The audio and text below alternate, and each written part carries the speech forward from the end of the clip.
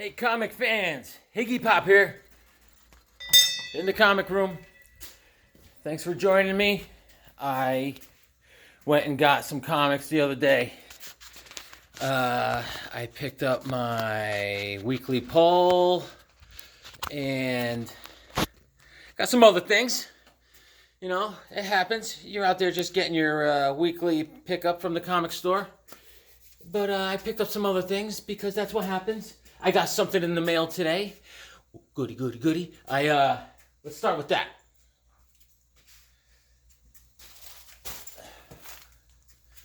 I think I know what this is. Get my letter opener.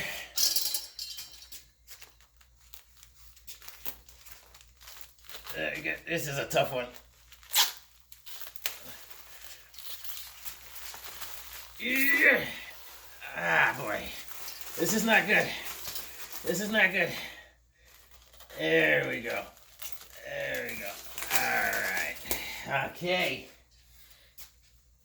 Put my letter opener away. Take that. Take it away. Let's see what we got. Yeah. Oh, it's a hardcover. I thought it was a... It's alright. I could do hardcovers. I'm getting a little... I wanted to get some reading. Like I said, lately,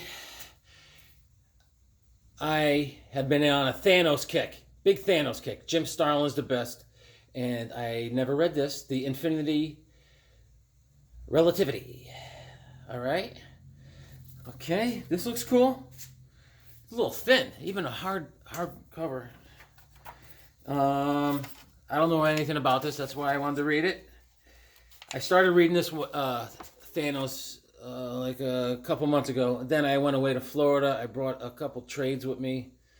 Read some more Thanos, and I love the guy, the big purple-headed goof. You know, I love him. I mean, look at the cut of his jib. I mean, look at that. A face only a mother could love. All right, this is by Jim Starlin, obviously. Andy Smith and Frank Diamarta. And it's going to be fun. It's going to be fun. All right? There's a lot going on. I don't want to spoil it for you. I want to read. I'm a little nervous. If I'm not myself today, I'm having surgery 6 o'clock in the morning tomorrow. Oh, a little nervous. But comics... it brings me into a whole different state of mind, you know. Well, it makes me zen. Thank God for comic books. All right. So yesterday I went to my local comic shop, Second Alarm Comics in North Branford, Connecticut. Those are my buddies down there, and I got my weekly. I got my Action Comics 1054. This is a good read. It's all good stuff. The Superman family. He's got all sorts of hangers on now, but it's good. It's good stuff. It's good stuff. Jurgens and all that. I read that. That was good. And I just didn't even read this yet. The new Green Arrow. It's issue number 1. And from what I hear, he's got his own little family forming, the Green Arrow squad. And I'm going to read that. And I was there and I picked up. This is what's great about having your own YouTube channel. And people actually watch it sometimes. The guys at the comic shop were like, "Hey, Higgy, I saw you had some Spidey super stories you were featuring the other day." I said, "Yeah." He goes, "Look what I found." Bada boom. All right. This is issue number 44, January of 1980. All right. And, this is, the art, the art is very respectable in here. I like it. You know, it's by Winslow Mortimer. And Alan Cooperberg is the writer on this. And, Cooperberg is... Paul Cooperberg is also in the comics business. He's a writer for mostly DC. And he wrote actually a novel for the Justice Society of America that I should go over some. Hold on a second. Hang tight. Hang tight. There it is. Ugh. Look at this. This is a normal book, not a comic book. This is by Paul Cooperberg. It is the JSA Ragnarok, and it's the best reading I've done. It just blew my mind. A real book, and all the Justice Society members are mentioned, and they you could fit it all in here. You could talk about their backstories, and I'm like, how can you talk about all the members? They were all in there, and you felt like you know them, and real life to the way the characters are supposed to be. He did such a great job. We'll go over this someday. We'll do a book report. All right? And then you could grade me on it. So then, what was I saying? What was I doing? What's my name? Oh, so Spidey Super Stories by Alan Cooperberg and Mortimer. And that's the, what the heck is his name? Dr. Time. So there's a story featuring Spider-Man and the Vision.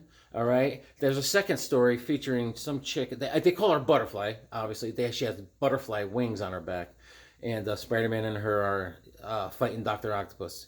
So this is the kind of stuff you're gonna get with Spidey Super Stories from the Electric Company. Bing, bing, bing. Electric Company. And that's what I got there. Is there anything else I want to show you?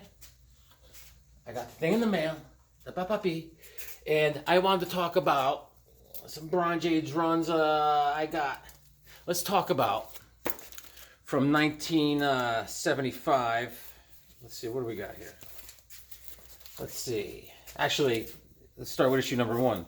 This is September of 74. I'm talking about the Human Torch run. All right? This is by Roy Thomas and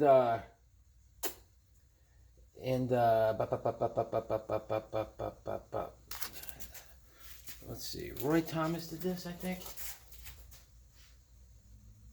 No, not Roy Thomas.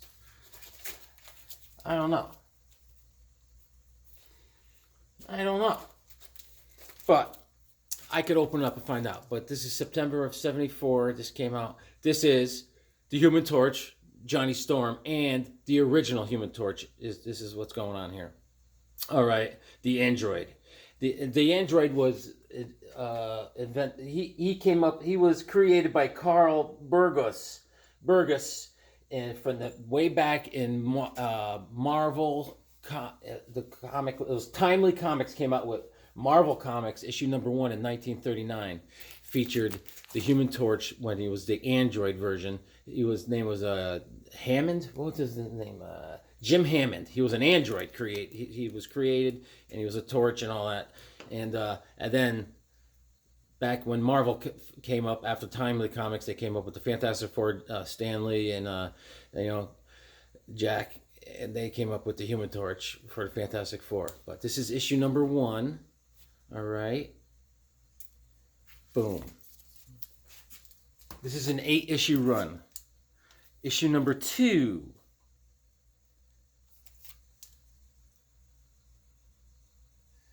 There was something, I remember the first issue, Johnny Storm, obviously being a hothead, did not like the android version of the Human Torch when he came into the scene in the storyline.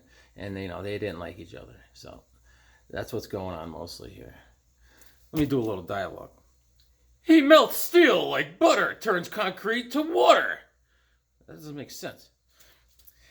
If the torch has turned against us, what power on earth can stop him? A timeless tale of the original Human Torch. All right, that's issue number 2. Then we'll go to issue number, where is it? 3. 2 torch tales for the price of 1. There's the torch in a vat of water. All right. Pretty cool. That's issue number 3. We'll go to the next. If you know your number system, it's 4. All right. Let's see what's going on here. Let me interpret. Stand still, Johnny Storm. No one can escape Paste Pot Pete. I love the guy. Paste Pot Pete. Then I'll be the first mister because, as you know, the Human Torch is busting loose. And there it is, man. Issue number 4, Pace Pop Pete. What a guy. What a guy. And issue number 5, The Human Torch. Before you heat-seek missile gets me, wizard, I'm going to get you. Not after you discover what my next little surprise has in store for you. The Wrath of the Wizard. Look at that, man. That is May of 75. This is a reprint of Strange Tales, issue number 105. All right, just to keep you up to date here. This is what's going on in this. All right. All right, what do we got here? This is issue number 6. Human Torch, issue number 6. All right. This is July of 75. Okay, I see a little Mr. Fantastic and the Invisible Woman. They got, both of you stay back. That's what Reed Richards says, you know what I'm saying? This is one battle Johnny Storm must win alone.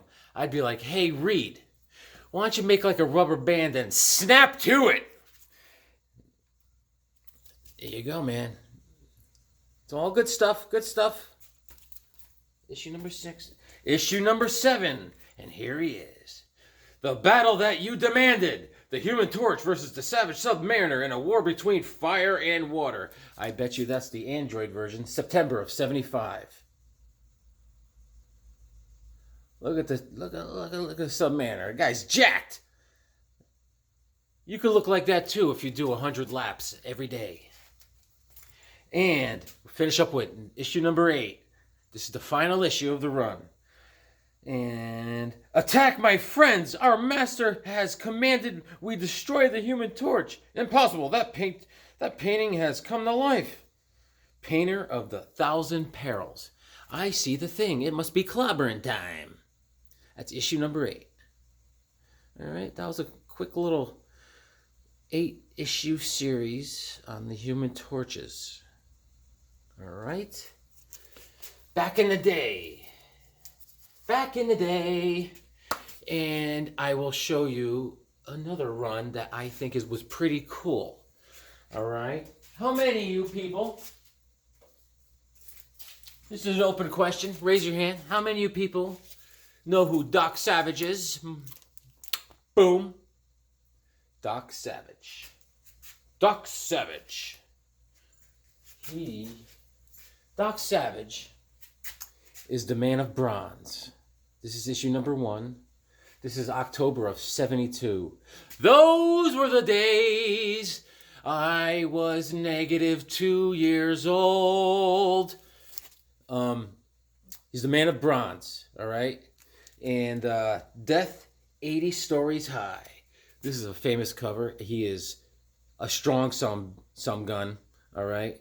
And he is hugely into physical fitness and mental fitness, consciousness, everything. He's out there. He trains like there's something that breaks down what he does during the day. He trains all day, and he's in the jungles, and he's a scientist, a chemist, and he has his own team of people. He's almost like he's got his own group of guys. He runs the show.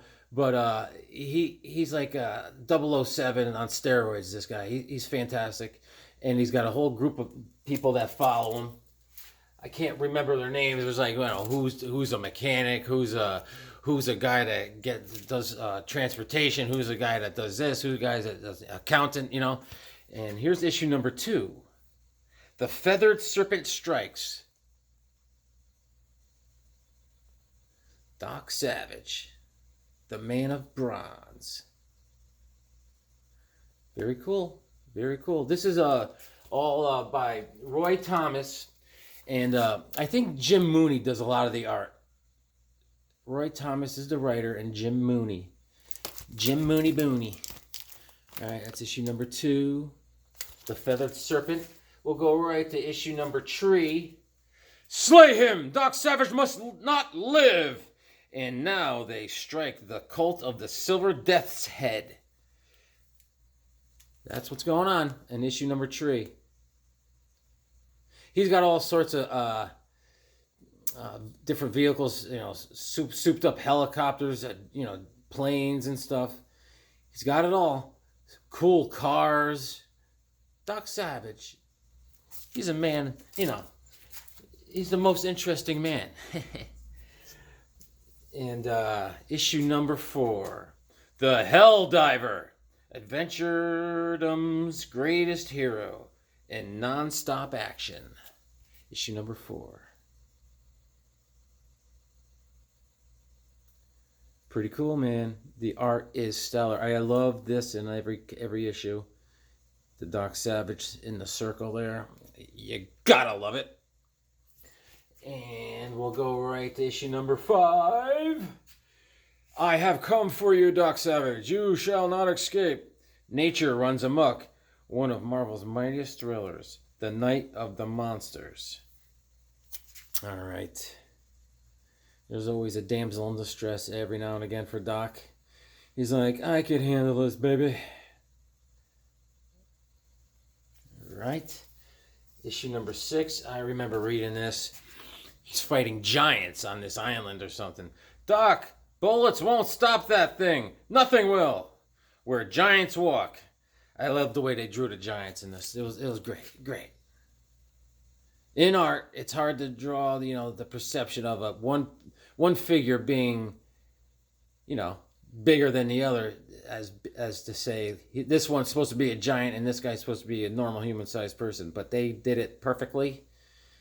And that's issue number 6. There's the damsel. He's like, I got you, baby. The Doc is in. Cool cover, man. Issue number 7. You've been looking for a werewolf, Savage, and now you found one. The Brand of the Werewolf. Boom. There it is, man.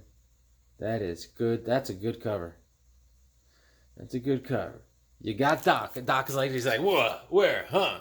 And then you got the moon, full moon in the back, and then you got the werewolf in the middle of the moon. That's what I'm talking about. Now, the final issue. I wanted to show you 2 series that were just 8 issues from the Bronze Age, and the Man of Bronze and the Human Torch, and this is the last issue of Doc Savage, issue number 8. This is the last issue of the run. Okay, there's that werewolf again. In the lair of the werewolf. This is it. Doc Savage's last stand. Looks like Doc is going over the falls without a barrel. That's what it is, baby. That is my Doc Savage run. And I am very proud of that. You're on the hunt.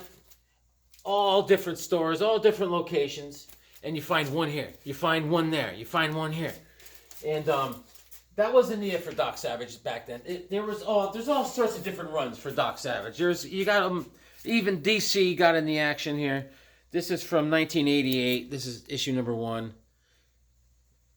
Okay, that's a totally different run, and this is a totally different run from DC. Over here, this is issue number 2 of the 1988 run, and then you got this from Millennium Comics, issue number 1. Doc Savage, the Man of Bronze. So everyone's getting their hands in. This is Doc Savage, just a different one. This is issue number 1 of 4. This is by O'Neill and Kubert by DC Comics. All right, and that's issue number 1 of that run, and this is issue number 2 of the O'Neill and Kubert boys. And this is issue number 3 of the Kubert boys. And issue number... This is totally different. Yeah, take a look at that. More DC Doc Savage. So they did get some legs out of Doc Savage. And here's a totally different thing. This is the annual number 1 Doc Savage with DC Comics. So stuff is out there with Doc Savage. You know, he was, most people know him from those little tiny novels. I mean, there's like 100 volumes came out of those, all different stories. Whoever was writing this was very creative. But that's Doc Savage, and, you know, a little summation. I briefed you on Doc Savage. There's a lot of material on him.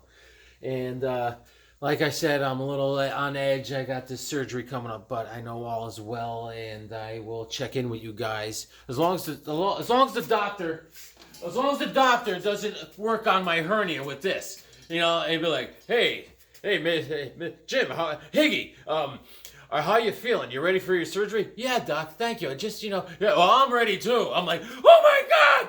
So that's it. Read your comics because they make you smart.